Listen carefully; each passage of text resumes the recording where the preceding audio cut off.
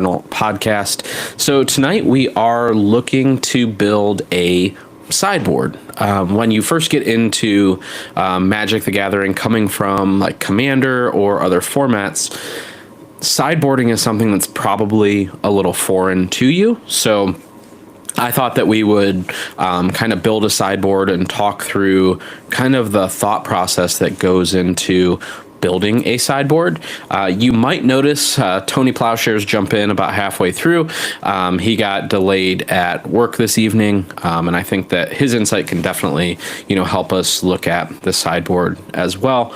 But Ben and I are going to do our best with kind of breaking down what is sideboarding, why it's important, and then we're going to build one for Moonstompy or Mono Red Prison. Okay, so Mr. Ben, the Hood's Last Hope, how are we doing this great evening?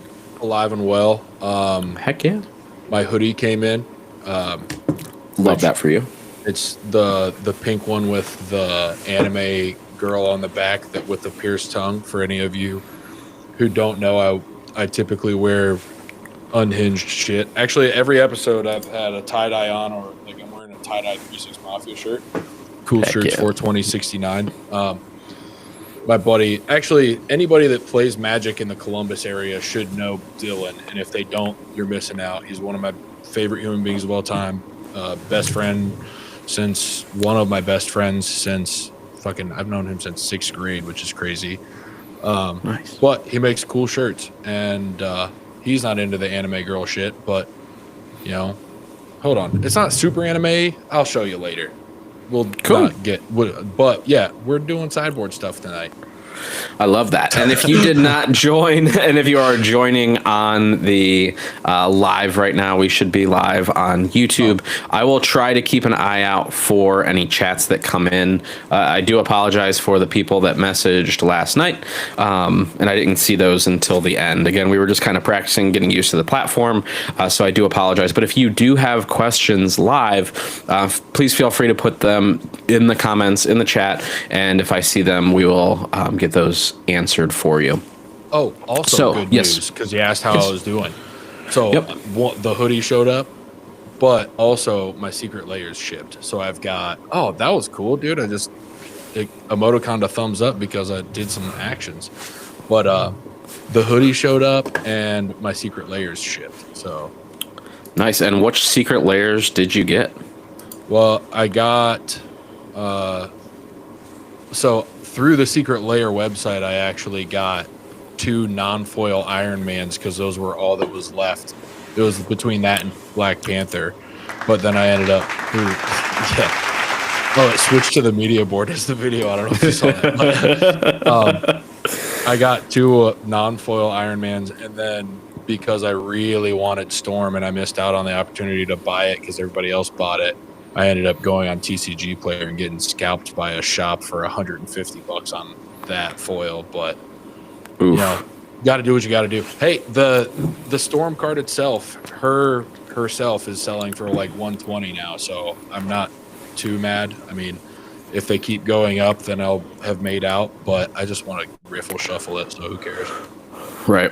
And I'm pretty excited. I want to send it out to get graded, but I actually have the comic book from Magicon, the Storm comic. And the Wolverine one. That's it. Yeah. Actually, if you send it out to get graded and you end up not keeping it, I would be willing. If you were going to end up selling them, I got first dibs on the Storm one. So I will talk to my nephew because I know that he wants to sell his Storm one. And he is potentially coming on Sunday, so he definitely wants to get some more cards for his Sneak and Show deck. So he's money hungry, so he would probably sell his. Yeah, if he's selling it, just send it in with yours to get graded, and I'll just buy it. Whatever the cost is, just let me know. I'm in. Awesome. Faux show.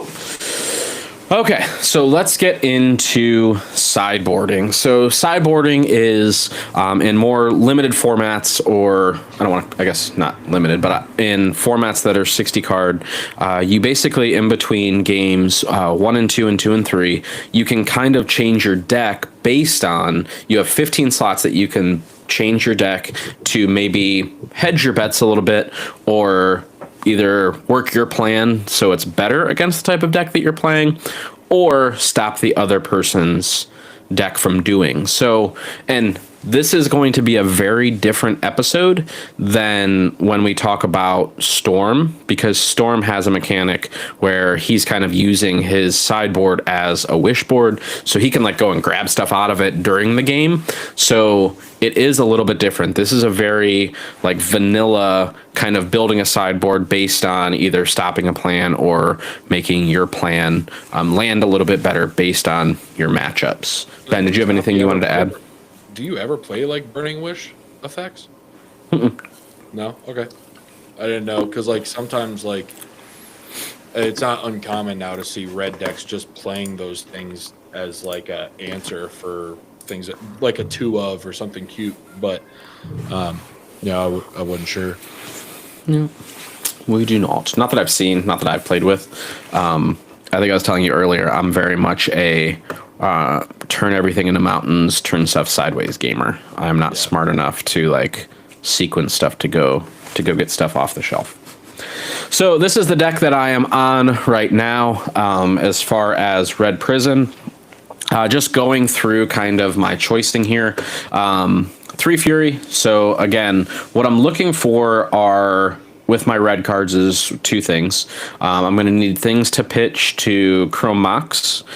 So that way I can, my goal is to get a Blood Moon effect or a, either a Blood Moon effect or a threat on turn 1. So my mana acceleration is having the Chrome Mox there, using the soul lands like City of Traders, some Simian Spirit Guides in there, 4 of, in order to exile and get mana from hand. And then as far as pitching is concerned, I do need stuff for Fury. That is how I deal with some threats. And another cool interaction that is there is with the Bombardiers, what I can do is I can evoke a Fury onto the battlefield and then use its boast effect, which says sacrifice another creature or artifact. Broadside Bombardier does damage equal to 2+ the sacrifice permanent's mana value to any target. So while that is entering evoked onto the battlefield, I then respond to that trigger with this boast effect, and then I'm able to take my Fury, which is 5 mana, and do 7 damage to either a right to the face or to something on the battlefield. So red cards are important to me for those reasons. And also, my goal is to turn everything into a mountain. So with that, I want to make sure that the things that I have, obviously can be cast with mountains. Once you do cast that Blood Moon, it does slow your acceleration down a little bit. So with your City of Traders that normally tap for 2, it only has 1. With your Ancient Tomb, it only taps for 1. Now, you don't have the downside of taking 2 life, but it's still only 1 mountain at that point. So just to kind of give an example. Go ahead. I'm sure you're okay with that, though, right? Like, I'm sure the goal is to get the Blood Moon out to stop them from being able to play Magic, so that you can do whatever you want whenever you want. You're like, now I'm in no rush. I stopped you from doing your thing, so like we're good. Yep, 100%. And then there's a couple other things that are interesting about this deck. So the MDFC lands, those come in without any downside, which is cool. So if you're drawing those late game, but also we do have some land destruction with Sundering Eruption. So if they do have a basic out there where Legacy's at right now, there's a lot of greedy mana bases. So I can blow up that basic in order to force them either out of a color. A lot of them are running, one ofs, one green land, one blue, et cetera, which is nice. And then what's cool about this, creatures without flying can't block this turn. So I'm able to, again, chip away damage in there. But what's cool is the other side of this land would normally cost you 3 life in order to put it out there. When you have the Blood Moon effect out there, you don't get that. It just comes in as a regular land, which makes it super powerful. So as far as my flex slots in this deck, I am filling them with a Cursed Mirror. I've been pretty high on this card. A one of, as it enters the battlefield, you may have it become a copy of a creature on the battlefield until the end of turn, and mine has haste. So if I do get, Archon, next turn, they untap, I pop this out there. I'm copying their Archon. They're sacrificing their Archon, and we've kind of flipped the battle. We've kind of flipped that axis a little bit. Also, for the big scary Eldrazi that are out there, it's nice because I can just, again, have mine and send it at them because mine has haste, which is pretty awesome. And at its worst, it's still going to tap for mana, or it gives me a 5 direct damage with Bombardiers. So again, I feel good about having this as a one of, as far as like a toolbox being able to answer a threat. And then I've been pretty happy with the Lelias so far.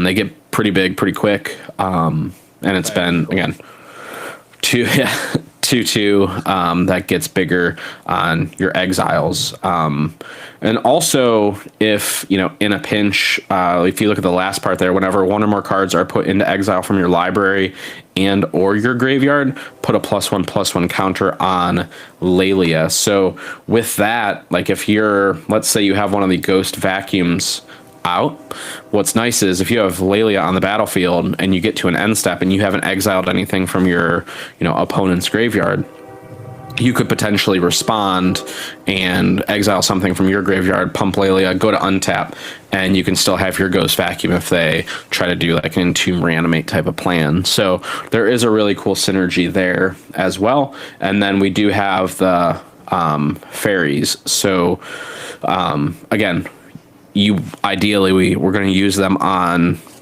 their stuff, but if we're 2 damage away from winning the game with a Lelia, we have that option that we can pump her even more, which is pretty cool. So another addition or change to this deck is it used to run Chalice.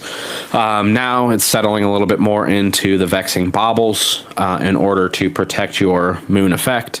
So right now it's common to go Mountain Bauble, and then as you get more baubles, you're getting card draw or you're getting fodder for the Bombardiers to throw. It is a 1-ring deck as well, so we are getting our protection. We're also getting card draw if we can land one of these on turn 1, which is not actually that hard to do on turn 1 or 2. We could just run away with the game, which is cool. And then the last thing that I wanted to talk about is the Goyfs. So everybody in the Discord, when Pyrogoyf first came out, me and this one other guy were like, hey, this is going to be sweet in here. And everybody said we were wrong. And they're like, yeah, that's wild. Like, that's too much mana for this deck, blah, blah, blah.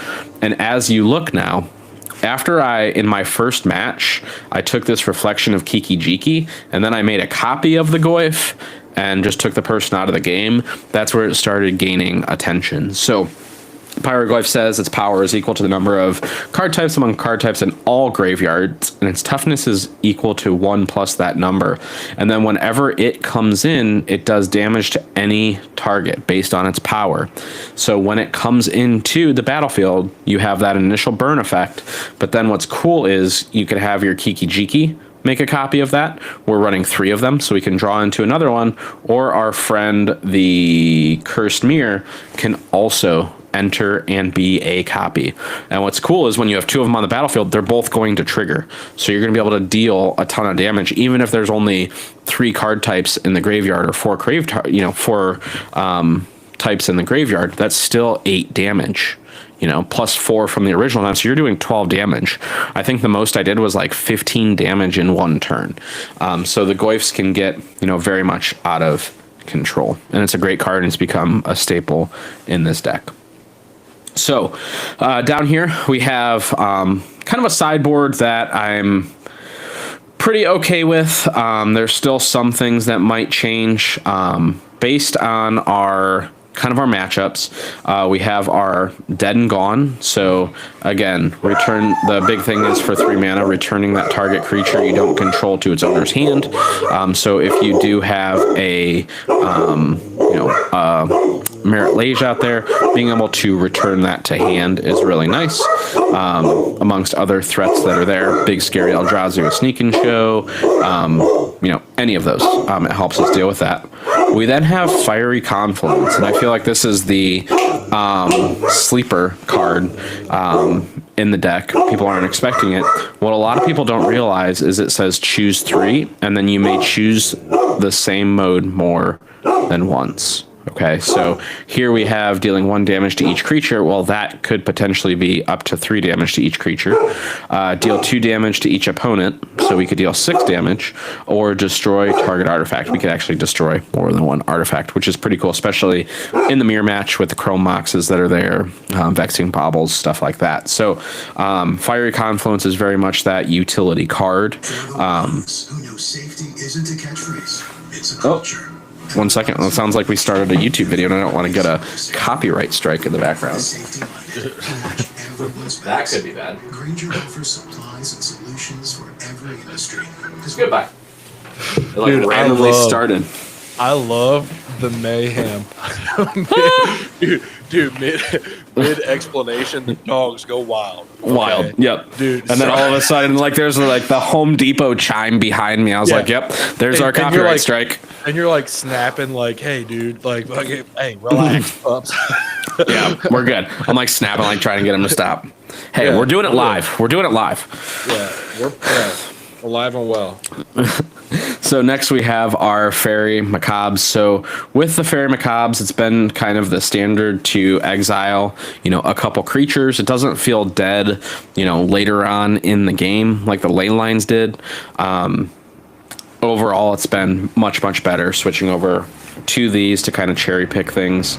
Also with Reanimator, if they're trying to, if they push one of your threats, they'll try to reanimate it. So sometimes I've actually had to get rid of my own stuff because they're trying to steal it from me because they can't find, their reanimation target. So again, a really nice thing too with the Macabres is it's an ability, so it can't be countered. Which Reanimator playing counter spells and counter magic is relevant. So that just being in existence, they have to play around it and be aware of it, even if it's not in, which is nice. Even if you don't have it in your hand, they have to expect it to potentially be a card in your hand. So if you're not leading on a pregame effect Leyline of the Void, then they're assuming that you kept a Fairy Macabre, which means that they're going to play around it or forced to play around it, which forces them to play slow. And they don't really have the luxury of doing that because you are a fast deck as well. It's you can just go turn 1 Blood Moon, you're mad. Or turn 1, the One Ring, now we're really making you mad. But, the Macabre's a cool choice for that purpose. It's surgical extraction, but in the sense that you're doing it uncounterable. 100%. Next thing is our Disruptor Flute. So this has been an interesting one, and this is more of kind of a catch-all to throw people off as far as throwing them off tempo. Notice that this artifact does have flash, so you can respond to things at instant speed. And as it enters the battlefield, choose a card name. So obviously, you're going to know what that card name is. Spells with the chosen name cost 3 more to cast. And then activated abilities of sources with the chosen name can't be activated unless they're mana abilities. So if they do have the, Bombardiers, let's say. Bombardiers is an activated ability. So again, there is a cost associated with that. So that's what makes it, again, activated. So you do sacrifice something in order for it to happen. This is going to make it so it can't. So it's like Pithing Needle or, what are some other ones? I mean, you could flute a, Wasteland, right? So I actually, because it does say card name. Yeah, I actually think Disruptor Flute, the biggest thing on that is the flash and making things cost that much more to cost in addition. Because, like, Right. it increases the skill level of that card. Because, like, say you're playing against me, you're siding that card in against me. Right. But when you cast it and what you name is relevant. Like, for example, say I'm in a position where I'm going very heavy on like a Burning Wish into a Peer into the Abyss. If you're aware of the meta and aware of what's in their sideboards and what they could potentially be getting, when they cast the Burning Wish, or say I cast a Beseech and I have no mana floating, what am I getting? What's my storm count? Am I getting a Gaia's Will so that I can cast my graveyards from my yard? You can go in response to the bargain to Beseech, flash in this Disruptor Flute. I'll name Gaia's Will. You don't have the mana to pay for the Gaia's Will. It pigeonholes me into a very uncomfortable position. Now I might have to, like, if I'm going very aggressive on it and I've sacked all my artifacts and I've got no mana, now I'm forced into getting like a Burning Wish to go get a sorcery for my side to retry again next turn. Right. Or if I have lethal and I've already presented Storm 10 and then I go Beseech the Mirror and I'm going for a Tendrils of Agony, you can go Beseech on the stack, Disruptor Flute, name Tendrils of Agony, you're mad. Right. So like it's a skill intensive card too, because like in the sense that I'm playing something like that, you can go in response Flute, or like if someone goes in response Brainstorm, you go in response Flute. Name something that they're digging for. Like if they're actively digging for a Force of Will, you can name Force of Will on that, right? And it costs 3 more to cast, right? Yep. If I'm not mistaken. So Correct. like you can, in response to somebody's in-game action, slam a Flute and they get mad. It's a versatile, it's not narrow. It's not as narrow as Pithing Needle was. Granted, Needle does have its perks. Like you can get it with a Saga, but we're not a Saga deck because we're a Blood Moon deck. Right. So like Disruptor Flute is just actively it's a gotcha card while also saying, hey, you can't do things card. 100%. And then we have our package of 5 anti-blue cards. So counter blue spell or blow up target permanent. So everything from Nadus to, your Murktides, your Frogs, like any of your blue threats. We can easily take them away with 1 mana. Having a couple of them in hand, which is pretty nice. So you can, have them to, take care of issues if they do try to force any of your stuff. If you don't have the Vexing Bauble out there, then again, this will help you kind of play through that. So, 5 anti-blue cards that are in there is what we're working with. So now this website is called Flex Slot, which is pretty great for creating our sideboards. So if we go up here, we can import our legacy metagame. So we do that. These are kind of where we're at right now with our Dimir Reanimator, Red Stompy, Eldrazi, Dimir Tempo, Painter, Mystic Forge Combo, Death and Taxes, Nadu, Breakfast, Jeskai Control, Rakdos Reanimator, Stifle Knot, Sneak and Show, and Beanstalk Control. So what it'll do, it's going to add those matchups in here so that way you can go through and start building your sideboard. So when we're looking at our sideboard, Ben, how do you approach kind of what you're trying to do with your sideboard? And I know yours is a little bit different as far as, Storm, but in general, generally speaking. So for me, I've always with my sideboarding currently, I don't do it. I just trust what Bryant Cook does. But when I'm building a sideboard, so like the last time I was actively building my own sideboard was when I was playing Modern and I was playing Jeskai Control. And what I would do is I would look at other lists, and everybody has their own play styles, right? So like there are things that you're going to prefer to do in scenarios. And as a Jeskai Control player, when I was playing Jeskai Control, some people were playing like more proactive spells rather than reactive spells. I like to play reactively. I want to minimize the amount of cards that I'm spending throughout the entire game until I can maximize an outcome. So for me, what I would do is I would look at every version of the deck that I could find that did well. And from there, I'd look at what they're playing and I'd look at the meta. Now, some matchups that people say they have a really hard time playing against, I just don't. That being said, some people that say I have a really easy time playing against this matchup, and I'll be like, that's one of my least favorite matchups.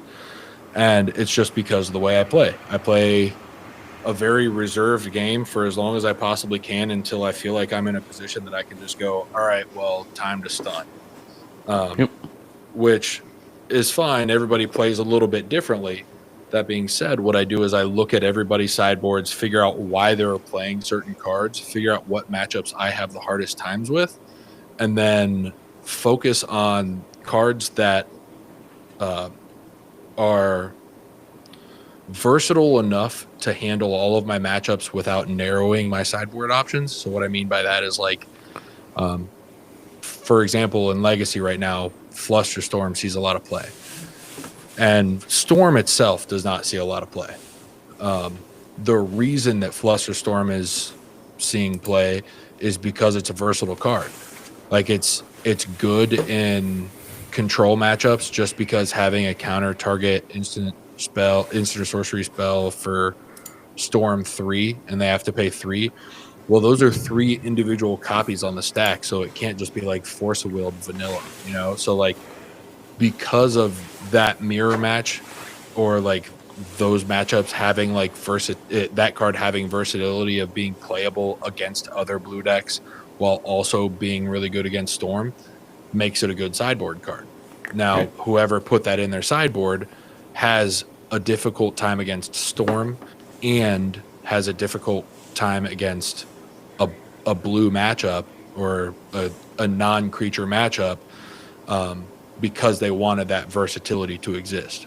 Because in this scenario, they don't care about Storm at all.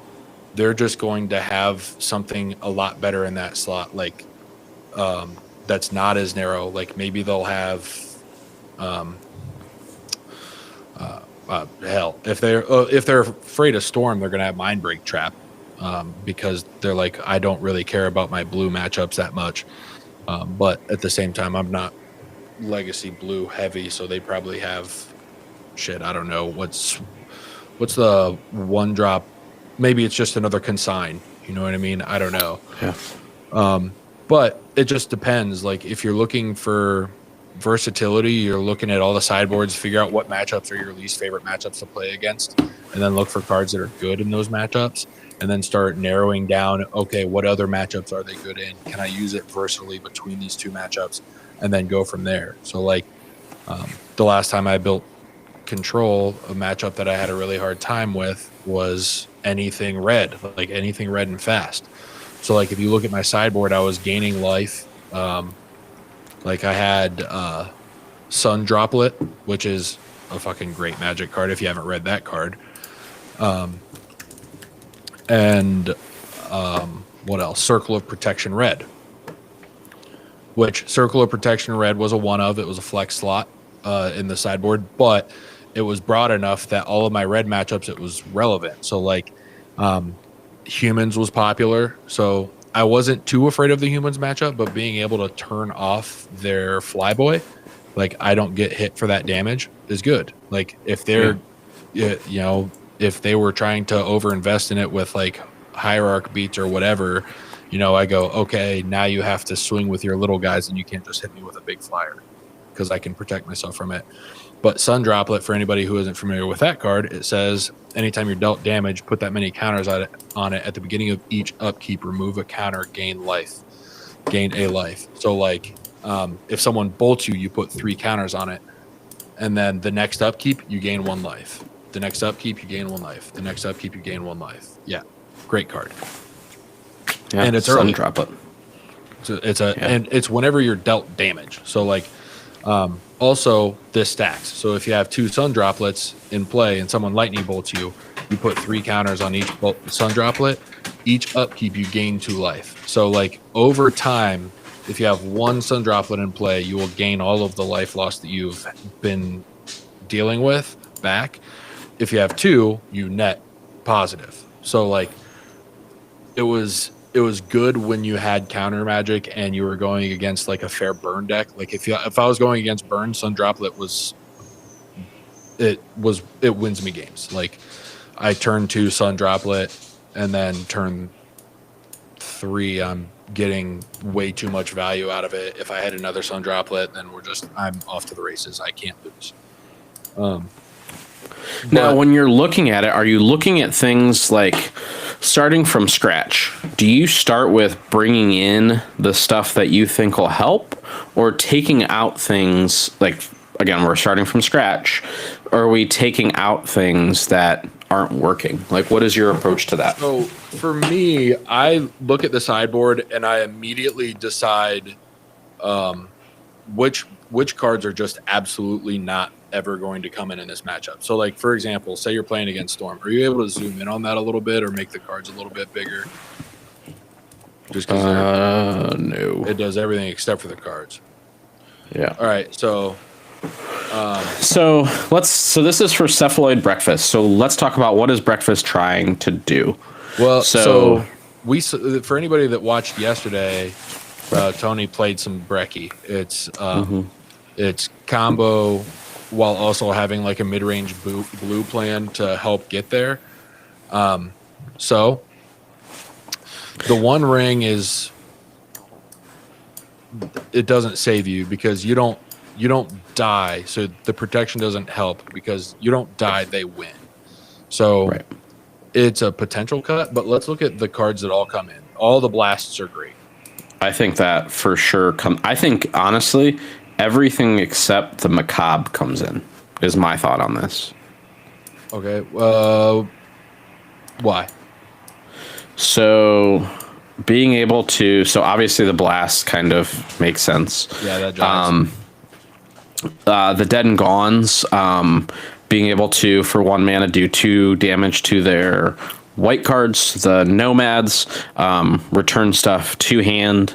Again, they have a 3/4 in the bird, so I want to be able to either return that to get damage, and then dig for that Pyroblast, or again, it's just universally, I feel like it's a good card to stop them.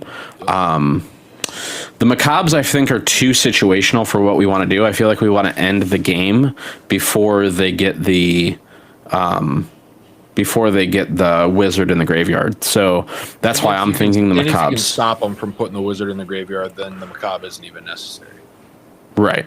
So that makes sense there. Disruptor Flute's obviously just throwing off tempo. With Nadu, they don't have a problem getting lands on the field. But if we can tax that and buy turns, then I think we're in a good place. Yeah. Dealing 1 damage to each creature. Between Illusionist, Nomads, Nadu, it's not going to hit Nadu as much, but being able to just get rid of their combo pieces, everything except, and Shuko included, I feel like this is the Cephalid Breakfast card. Well, I think Disruptor Flute's maybe the best card in the deck. Yeah. Just because you can in response to the Nadu, say they have a Shuko in play or a Nomads in play, and they go Nadu, you can in response slam in the Disruptor Flute, name Shuko. Yep. You don't get to do what you were wanting to do. Yep.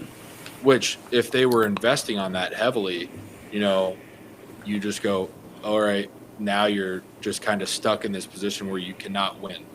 And I'm going to kill your Nadu now, so that way the overinvestment that you made, even if you're able to deal with the Disruptor Flute, you're stuck here to stare me in the face and watch me beat you in, which is great. Yep.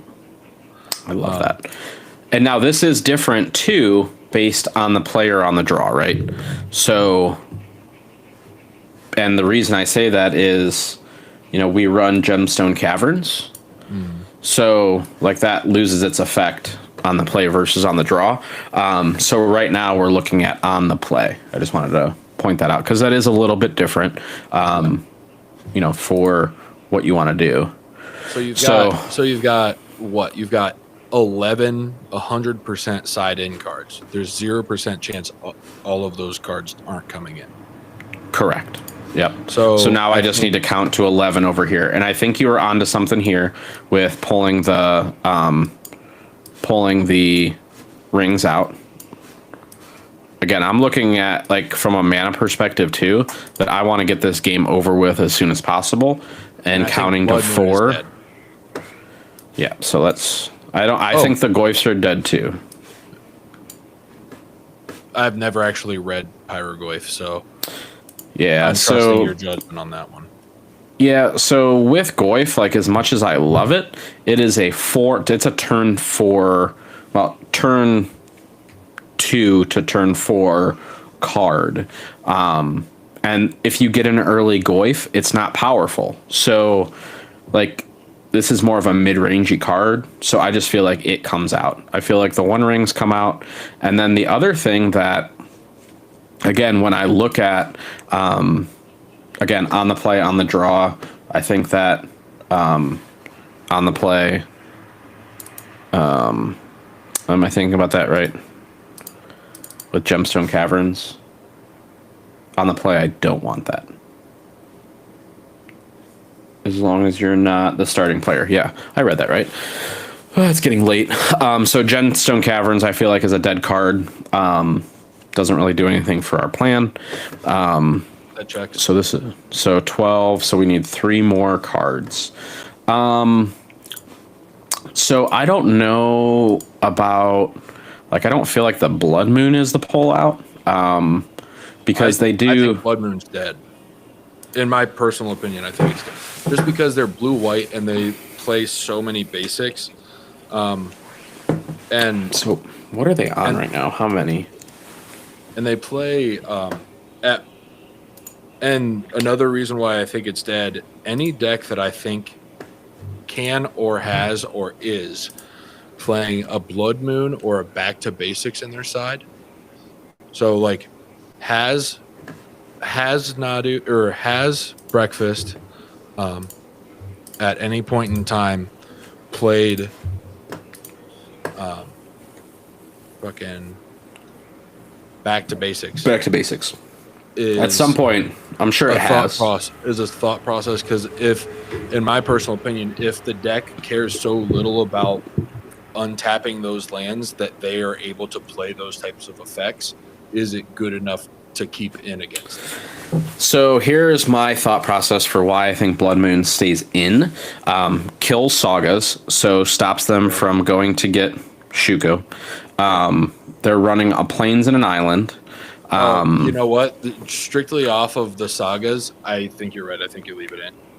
And then Cavern Souls, making their wizard not uncounterable, which my counter spell is a destroy anyway, but then it gives them a chance to interact. So for that reason, I think I'm gonna keep those in, at least for now. I forgot they played Urza Saga, and specifically because they play Urza Saga, it's just a free, hey, you don't get to go tutor a thing and play. Right. So right now we have 12, so we still need to get 3 cards out, I think. 3. I almost think that, like, out of my aggressive pieces, I feel like the Lelias, as much as I love them, I think they're coming out because I'd rather have a Fable for card selection. Simian Spirit Guide is my acceleration. Cursed Mirror copying threats and tapping them, and it's just a good pitch card. Bombardiers is just, again, menace, haste. I get to chuck stuff, and then Fury is obviously going to stay in because that's my direct damage plan. So I feel like that right there is good. On the draw, probably similar, with the biggest difference probably being the I'm probably not going to bring in one of the fiery confluences, and I'm going to bring the gemstone caverns in. Right? I mean, gemstone caverns, being able to have that out early, I feel like that's the play on the draw. I mean, you want to leave it in on the draw. It's just free mana. Like, right. In the scenario, it's in your opening hand. It's just it's essentially a free Chrome Mox. Like, it's just there's zero downside to it. Even if it were to just like go gemstone for a mountain, I think you're okay with that. Like, if you want the, you know, if you don't think you need more lands, like, I think that's just a free vanilla. Wait, did you? So you dropped? Okay, yeah. So yeah, you. And depending on how the matchup's what's Shatter going, Skull Smashing read? that is it'll do it deals X damage divided as you choose among up to 2 target creatures and or planeswalkers. If X is 6 or more, then it does twice X divided as you choose. It might be okay to drop one of those for the gemstone cavern, just because, like, Yeah. the cost of it is insanely high, and you already have a decent amount of spot removal, don't you? You have Furies, you got Shatter Skull Smashing. You do, and I think that the Shatter Skull comes in, like, if we're at turn 2 and they have a Nomad and an Illusionist, because what is Illusionists but... It's a 1/1, Nomads are a 1/1, Archimeebos are a 1/1. So just being able to take out 2 of those for 3 mana. Yeah. Instead of losing a card. I mean... Well, the Fury might... There is also a good chance that you're not going to be able to pitch Fury because of Vexing Bubble. Vexing Bobble, and also Teferi. Yeah.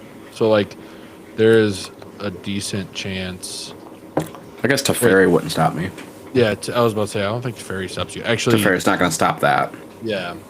Bobble but, will. like, yeah, so maybe the Shatter Skull Smashing stays in. The Shatter Skull Smashing also helps with the Teferi in that I can deal damage directly to it as well.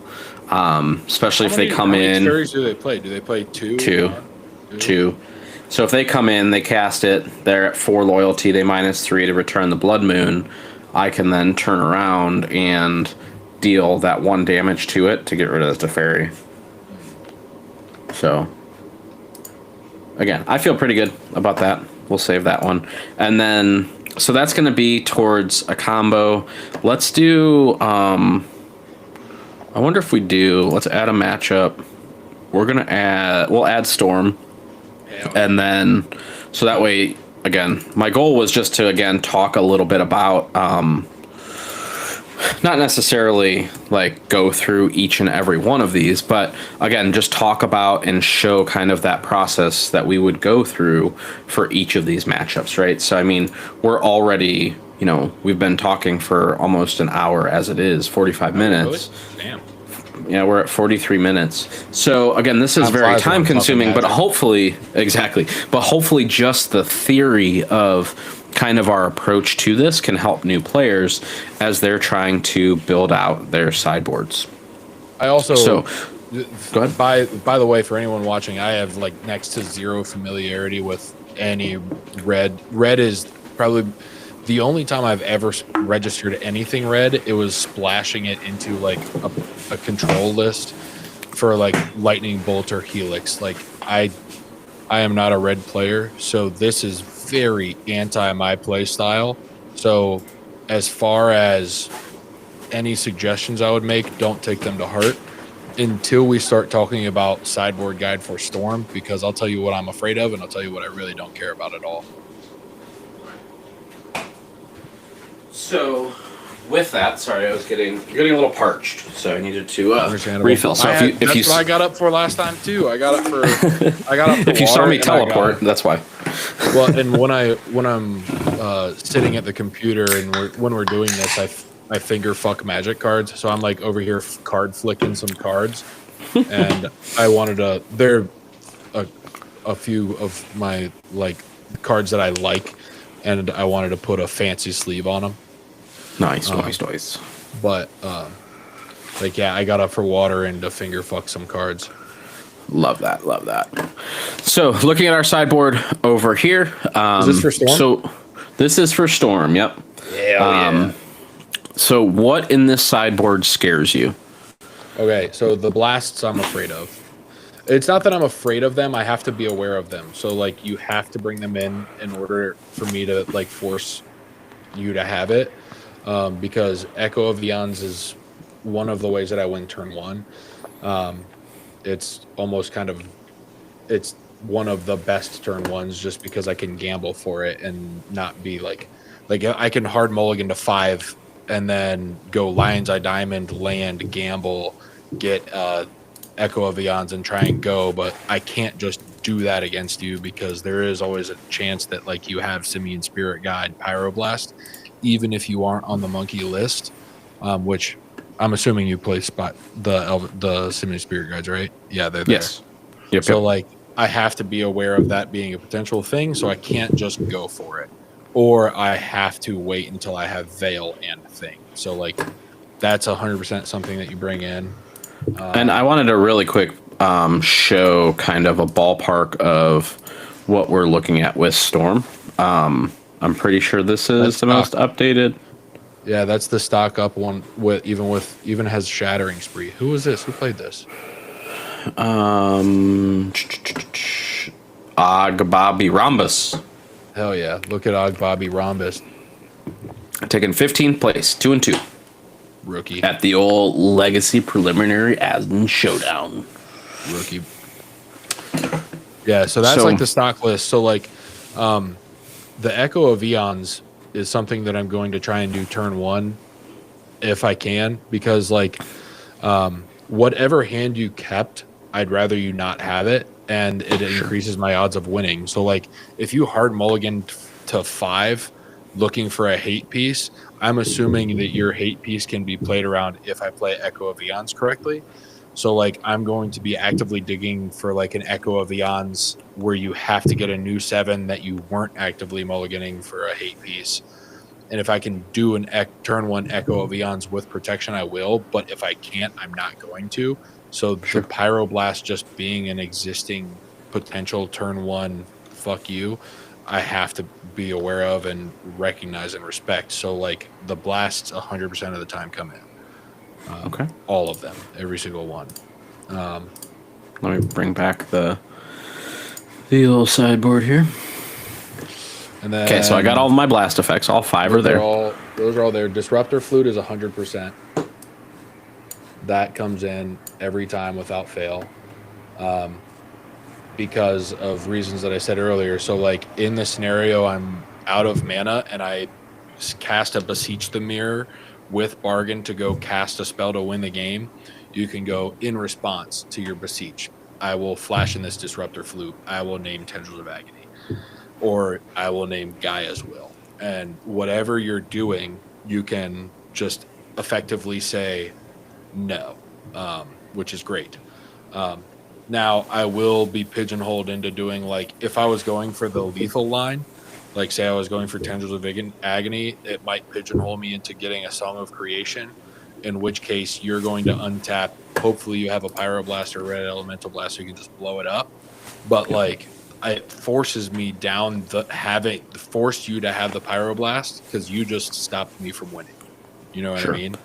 And just to remind people, a Song of Creation says you may play an additional land on each of your turns. Whenever you cast a spell, draw 2 cards, and at the beginning of your end step, discard your hand. So that sounds like 3 good things that are good for Storm players. Insane. I will cast Lion's Eye Diamond. I will have a trigger on the stack to draw 2 cards. You're mad. Oh, hey, Brainstorm now draws 5 cards. Pretty all right. I love that for you. But like Disruptor Flute's bananas. Also, if I'm like choked on mana and I don't have a lethal line and Gaia's Will is bad, then maybe I'm going for the Song of Creation to try and set up for the next turn, or maybe that Song of Creation was supposed to help me win this turn. You can, in response, go Disruptor Flute, name Song of Creation, I don't have enough mana to pay for the Disruptor Flute and cast the Song of Creation. Now I'm fucked. Like, it puts you in a very weird position. Like, Disruptor Flute is very good. That being said, one might even say disrupting. Yes, absolutely. That being said, I do think that card has a high skill cap for this matchup. So, like, be aware of the cards that I'm tutoring, or else it's kind of just a bad card. If you don't know what I'm tutoring, like, a lot of times people have played like an on-the-play Disruptor Flute because they know to bring in Disruptor Flute, but they'll go, I'll play a Disruptor Flute, and then they name a fetch land in the blind, which you don't want to do because if you do that, like, odds are you're going to name something that, like, I've had people name Polluted Delta. I don't register Polluted Delta currently. Like, it's 3 Bloodstained Mire, 3 Verdant Catacombs. You're welcome for the free information. It's on Storm's website. But, like, you don't name in the blind. Go into the matchup knowing the matchup. Get your reps. Like, know what I'm going to get. Know what I could get. If I cast a Beseech Bargain, think, what could he get? And say, hold on, slow down for a second. Think about what I could potentially get. You know, no one's going to yell at you for taking too much time until you take so much time that they're going to have to call a judge because slow play. But taking a reasonable amount of time and slowing down for a beat to think what could he get and then actively think about my targets, do that. And then name what is the most important thing for me right now. Am I going to cast Gaia's Will and play all my shit and win? Am I going to cast Song of Creation? You know, think about it and then do it correct. Don't suck. Be good. And I mean, if you're in that position of in the blind against you, I feel like, I mean, if there's a saga out there, maybe, you know, doing a saga, but Tendrils or Burning Wish, I feel like are two good calls, right? Even if you're in the blind, you're never really forced to do it. It's got flash. So, like, but we're not a hold on to mana type of thing, though. I mean, our play style is not to leave mana open. I guess if you have that in your hand, you can. Well, but so what is the downside to doing it on my end step in regards to the difference between your main phase? So, like, there's no real reason to go. If I have 3 mana out there and I have the option to Bombardiers or Lelia or any other thing, like, or I have a Disruptor Flute there, like, that's hard, right? Like, because I can put out my Bombardiers now and deal damage. I guess it just depends on what the rest of the board state is, because, like, if you have a Vexing Bauble in play, you're kind of already crunching me, and then you can put in a Lelia. If you don't have a Vexing Bauble in, I'd say hold up the Disruptor Flute and then wait till I do something. If I do something, then slam the Disruptor Flute in response. If not, slam the Disruptor Flute on my end step. And then if you're naming it in the blind, what's the thing that I'm most likely to have, and make it cost more. So, like, I play 4 Burning Wish, 3 Beseech the Mirrors, and 4 Gambles. So then, like, think about, okay, he didn't do this. So if he didn't cast Gamble, why? He has the mana. But your whole freaking list is scary. All of it's scary. It is. But, like, you have to think, I'm like, you know what? I'll tax his Lion's Eye Diamonds, or I'll tax his Beseech. Then you're gonna Burning Wish and, like, just go wear it down or something. Like, it's just such a scary thing. One of the hardest things to learn in this format in general is what they could be holding. So, like, as you're playing, the entire time you're playing, just think, okay, he didn't cast a spell. What does that mean? What is he holding? Why is he holding it? So, like, in this matchup, there's no real reason for me to not slam my 0-drop artifacts, because, like, if you play, like, Vexing Bauble, I'm forced in a position where I can't cast them. Or if you, like, Disruptor Flute, I'm forced in a position where I can't cast them if you name them, you know? So, like, there's no real reason for me to not slam my artifacts unless I'm worried about you having a meltdown, which in that scenario, yeah, that sucks. But at the same time, like, I'd rather slam them out and then say go and then set up for a potential next turn I just go So like, if I don't play something, you go, okay, he didn't have the turn 1 win. What is he holding, and what's he looking for to win? Is he looking for a Veil of Summer to have protection? I was just gonna say that, yeah. Right. So then, like, if the And I odds feel are like if you high have a Vexing Bauble out there already, then I'm gonna name Veil of Summer because you're gonna just get through that way. yeah, so like now you're crunching me. So like, just actively the entire time you're like, you have to think, what is he holding? And then based on what you think I'm holding, based on my actions or lack thereof, and like like if we're on turn 3, I have a mountain in play and I didn't cast a spell. Why didn't he cast a Burning Wish or a Gamble? Is it because he doesn't have one? Right. Okay, so if he doesn't have one, does he have enough mana to cast Beseech the Mirror? Okay, he doesn't have mana to cast Beseech the Mirror. So the odds of him holding a Beseech the Mirror, looking for mana so that he can cast it, are high. Now that I've held out and I have more information, I can slam a Disruptor Flute, not in the blind, with a little bit of information on why to cast it. So now you're naming Beseech the Mirror because you think there's a high probability that I have it because I haven't done anything. You know? Yep. Like, I'm incentivized to cast Burning Wish even if I'm not winning the game because I can grab something to set up. Like, I can get a Galvanic Relay, or like I can get like anything. Fucking Shattering Spree is phenomenal against you. Like, there's cards that have legs that I can get. Are you back to Shattering Spree over where? Right now I'm wearing Wear Down. Right now I'm playing Meltdown, but I like Shattering Spree a lot because like Shattering Spree. But you were playing the green card, right? The Wear Down or something? Yeah, Wear Down. I like Wear Down a lot too. The reason that we're doing Shattering Spree is because of Replicate. So like Replicate is a copy of the spell, so like it's not something that like when you cast the spell, copy it for each time you've paid the Replicate cost. You may choose new targets for the copies. Destroy target artifact. So for like 1 red mana. It can still like beat through a Chalice. It can still beat through like, so if you have Chalice on 1, I can cast it and replicate it twice, and I can still get rid of multiple Chalices because the replicates still happen because they're not being cast, they're just being put on the stack. So that it's a cool way of being able to do it early without having to sacrifice my artifacts with a Meltdown. Whereas like if I were doing the Wear Down plan, I have to have Wear Down 2 mana and I'm going to draw you a card. So like I like Wear Down a lot, but Shattering Spree has its benefits. It also just puts multiple copies on the stack. So like in the scenario that you're worried about, like copying someone countering multiple things, you can go, well, this, and then they're like, oh, well, I have a 1 counter spell. Like it shuts down a Force of Will really well, but it's got its benefits. I still like Wear Down currently, but I could be sold on Shattering Spree. Sure. But yeah, Disruptor Flute, gas. Know your matchup, and in my personal opinion, the scariest time to play that card is on my end step or in response to a Beseech. So don't feel like you have to slam it in your main phase, because I think that's probably not correct. Wait till you get more information.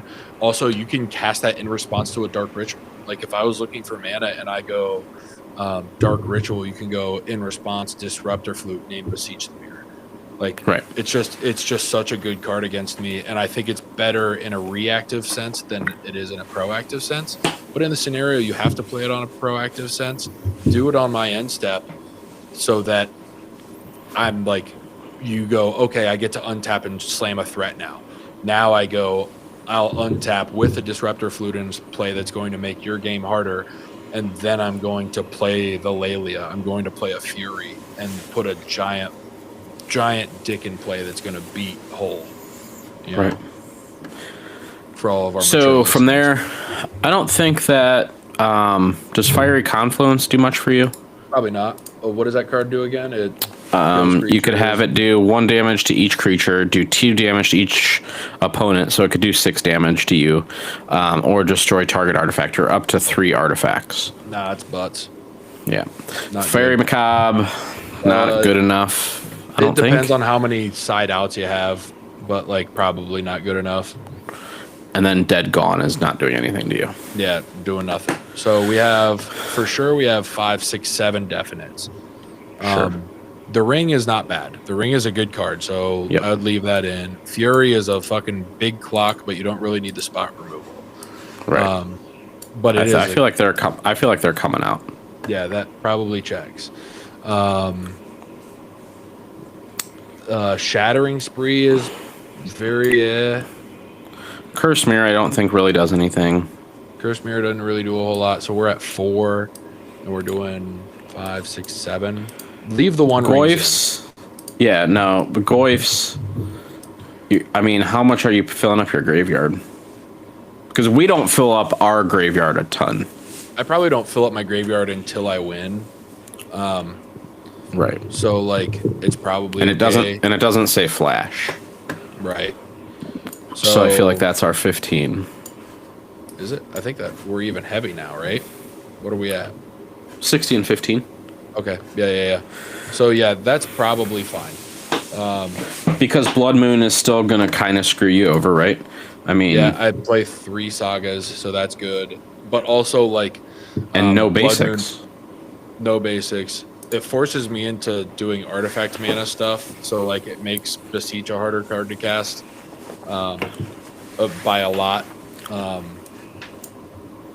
So, yeah, that's... Blood Moon stays in. It's just a good card. And then on the play versus the draw with the Gemstone Caverns, I mean, I'm probably, I don't know. You're okay bringing in. You're actually on the play. You're probably okay bringing in Fairy. I was gonna say like bringing in a Macabre. Yeah. Do something like that. Yeah. What does Shatter Skull Smashing read? Oh, it's doing damage to your creatures. So cut. That card's dead against me. You're probably okay. But it's my those. I was gonna say it's my Chrome Mox fodder. Oh, Ghost Vacuums. Yeah. I mean, dead. are we doing? Dead. I feel like those are dead. Does nothing. So fairies. I feel like that. Yeah, I think we bring in fairies. Okay, so then And then we get rid of that. There we go. That feels good. That feels good because like Fairy isn't dead. It's just a flex slot against like if I go a Gaia's Will line, which I still have to respect. It's also not bad in a position where like I have an Echo of Eons in the yard for whatever reason. Like if I surveil an Echo of Eons in the yard, it's notable. It's notable to say that the only time I'm going to have an Echo in the yard is if I surveil it in there, or if I'm forced to discard it based on Echo, like fucking Song of Creation, because you're never going to be able to Fairy it any other time, because in the scenario I'm cracking a Lion's Eye Diamond to discard my hand. That's a mana ability that you cannot respond to, so Fairy does not do it there. So Fairy isn't always going to be able to hit my Echo. But there are times that it can hit my Echo, which is relevant. But another big thing with Fairy is if I cast Gaia's Will, that goes on the stack. You know I'm going to play all my stuff from my yard. You have an opportunity to exile cards from my yard that would make my mana choked. So you could go like in response to the Gaia's Will, I'll exile your 2 Lion's Eye Diamonds, or a Lion's Eye Diamond and a Dark Ritual. Or like if the only thing that I have in the yard to win the game is a Beseech the Mirror, you can go, I'll exile your Beseech the Mirror. So like it's got if that's the case, then maybe the Ghost Vacuum's better. No, Ghost Vacuum says exile target creature, doesn't it? Exile target card. So, but you have to have it in play. So like, correct. I don't think that's something. Also, if you have that in play, I'm probably going to actively just play around it and not care. Whereas like the Fairy, I'm going to be forced. You don't know about.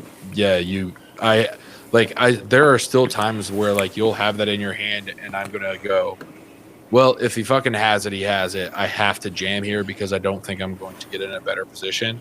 But there are going to be times where I'm going to be trying to figure out what's in your hand. And if it's like turn 3 and I go, okay, he didn't play a threat. Why didn't he play a threat?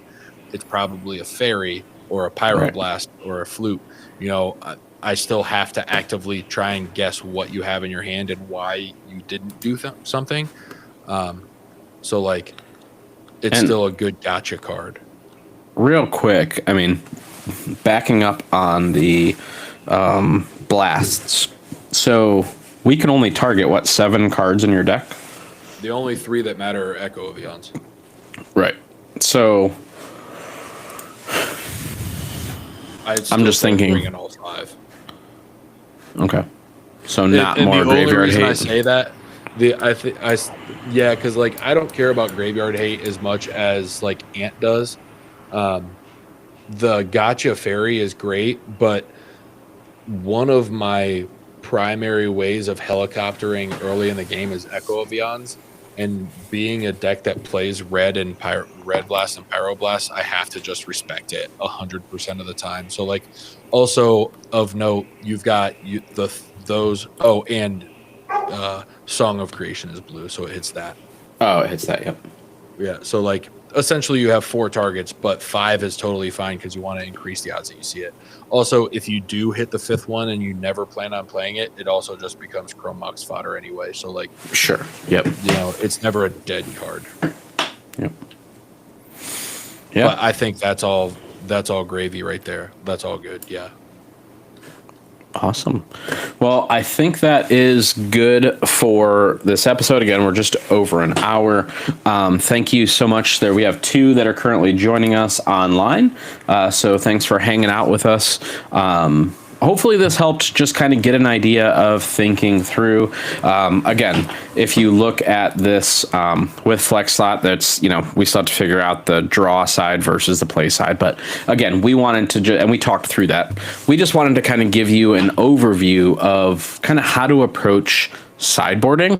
I think doing an activity like this, especially if in your local kind of play group, you can sit down, like, Ben and I have obviously a relationship, and it's not well, yeah, that too, but it's not oh, I'm not going to show you any of my cards. Like, it's top secret information. It's like, he wants to play against the best version of Prison, because that's what's going to get him better when he goes to things like Eternal Weekend or big events. Right. So if you can find that local play group, like, search out, or even online, like, go into the other Discords and be like, hey, you know, Death and Taxes Discord, you know, I'm looking to, you know, work with somebody to, you know, figure this out. Or in your local meta, like, talk to the breakfast players, talk to the, you know, Death and Taxes players, and hopefully, you know, you can share your information just like Ben did. He's like, this is what I am scared of. Okay. Because when I make the 1 hour drive to Stowe, Ohio, like, I want to play against the best, right? Because that's what's going to prepare me. That's what's going to make me a better Magic player. So as long as you can find those like-minded people that want to play against the best version of that deck, you guys can help each other and grow and just be better players. Okay. So hopefully, yep, go ahead. So have that when you're having that conversation, and as somebody who is competitive and likes to be right, I usually, if I bring in a card, there was a reason why usually. And if someone goes, I wouldn't bring that in, don't say, well, I brought it in because of this, because the guy that is playing the deck is telling you that you're overboarding. There's probably a reason.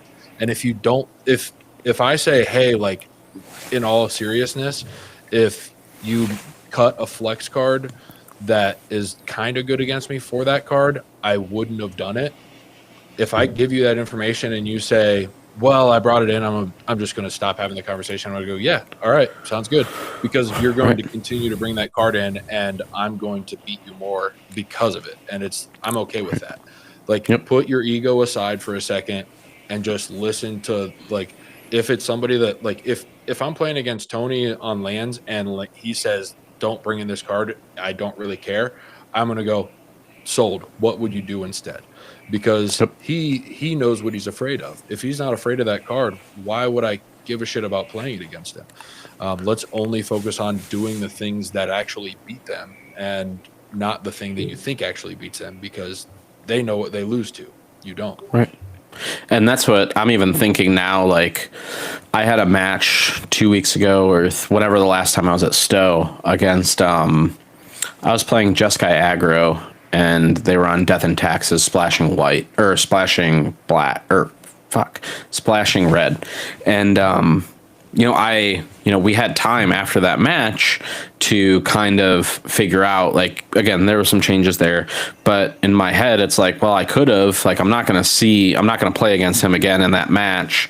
So I should have just asked him at that point, like, hey, like, here's my sideboard. Like, what scares you the most? Mm-hmm. You know what I mean? And just show that you're just a student of the game, that you're wanting to learn more. And also, whenever you ask somebody for something, it kind of makes them feel good, right? So intrinsically, they're like, oh, he's asking me for help. Like, that makes me feel really good and I'm doing good things. So again, I think that you'll do fine if you just ask for that and give that respect. Like, hey, you just beat me. Or, hey, like, I'm just trying to get better. Even if I won, like, I still want your help. Like, what are some things that, did I have any misplays? And I remember the first time I played Modern, it was an SCG Con. Literally, I played like 5 games on Moto and then went to the event. After every single game I said, hey, this is my first event. Is there anything I can improve on? And if they say, screw off or no, okay, cool. But I did get a lot of people that were like, hey, like, this is actually what the One Ring says. Like, because when I started, it was like that the One Ring was very new. I thought it just permanently gave them protection. Like, I just didn't know what the card said, right? Like, I just didn't even think about it. So, like, I wasn't attacking with things, and I was on hammer. So, like, I probably could have won some matches, right? And, like, even, like, tapping mana, I was like, oh, man, like, I tapped the wrong Nexus, right?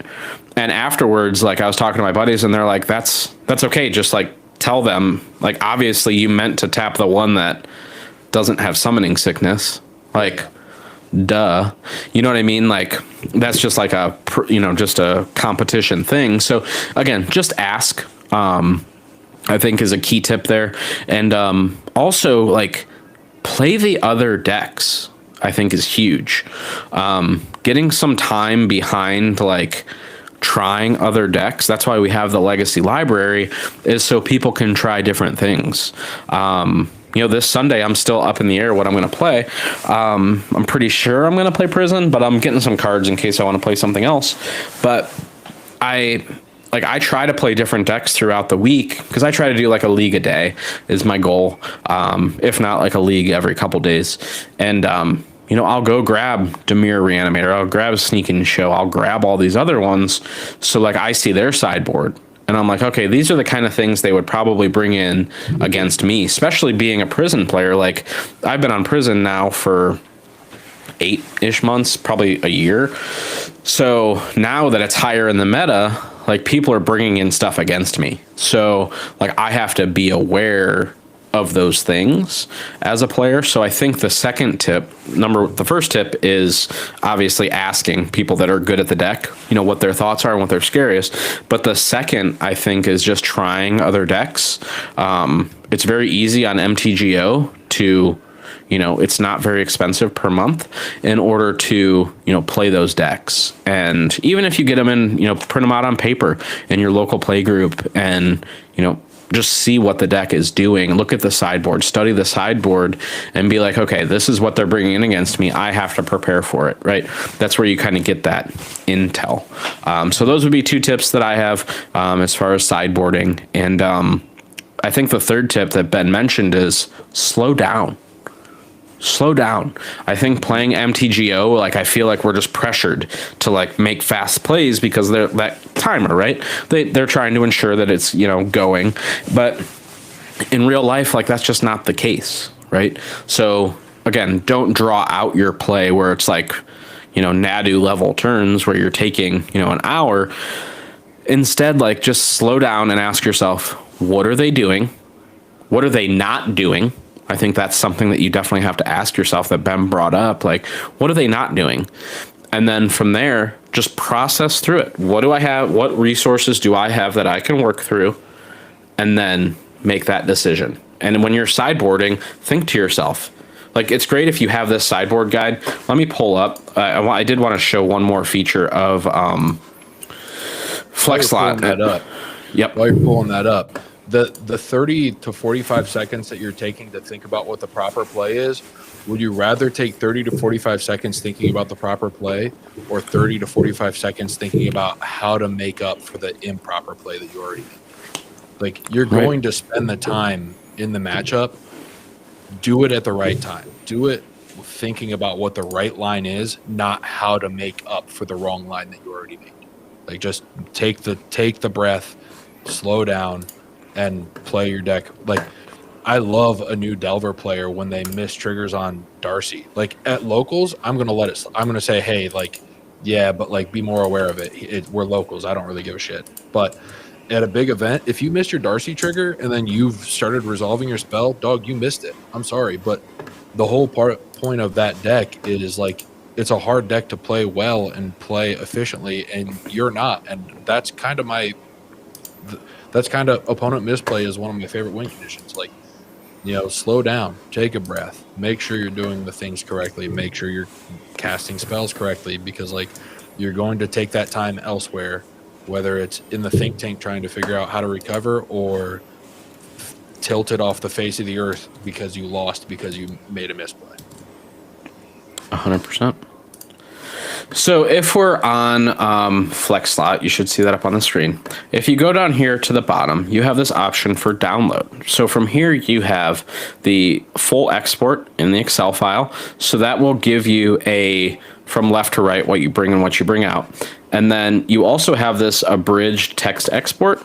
So you can bring a sideboard to your matches, right? And at Heavy Play, we actually have like a accordion card that will fit in your deck box to have that, okay? So in between games, you pull out the sideboard, pull in the cards, pull out the cards, and play the game. Okay, don't think about it. You've already put the time in to think through. I mean, we just talked about, for an hour and 20 minutes for 2 matchups, and we didn't really go super in depth. Like, I feel like we did okay, but like, you've already done the work to build the sideboard.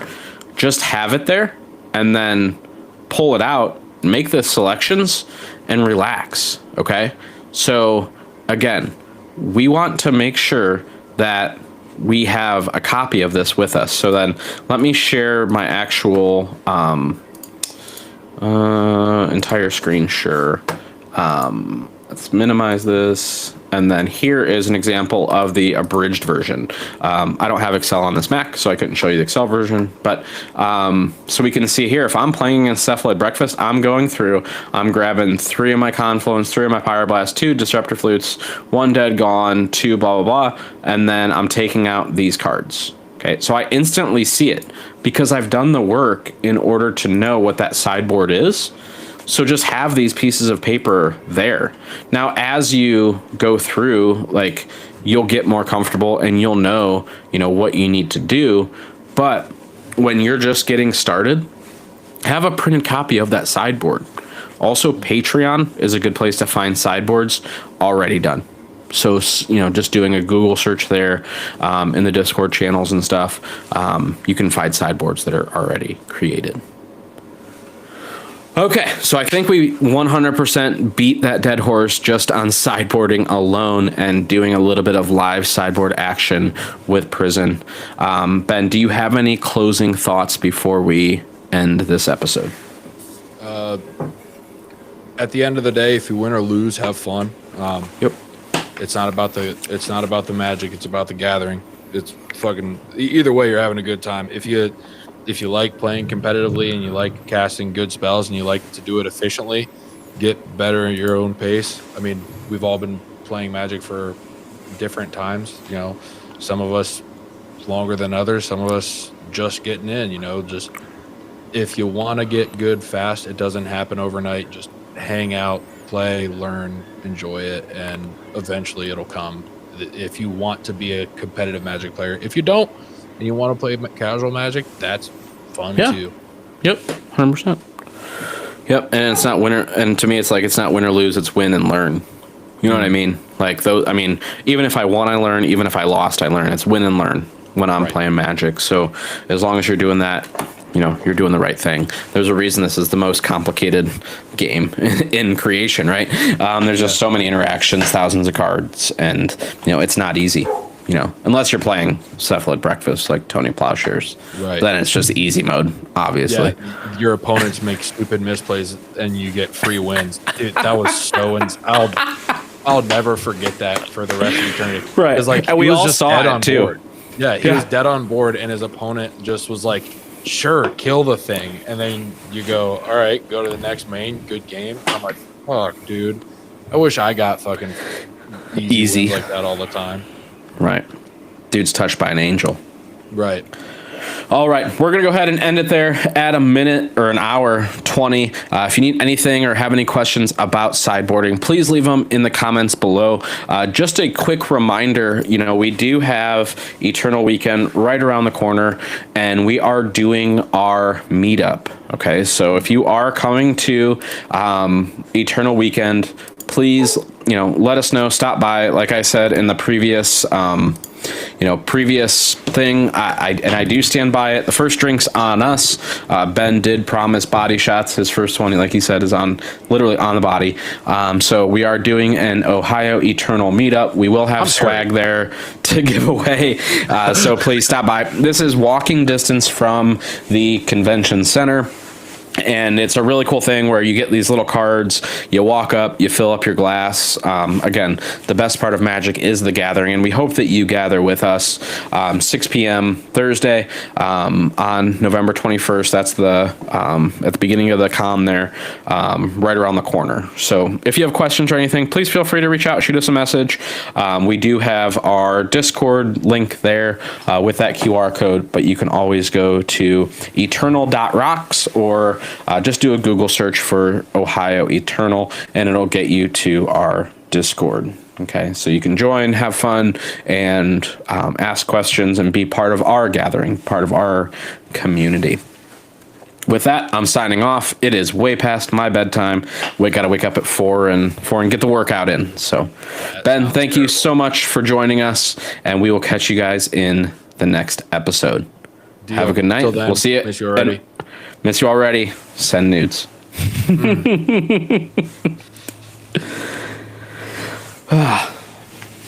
Cool. Did your screen get a notification that it stopped recording?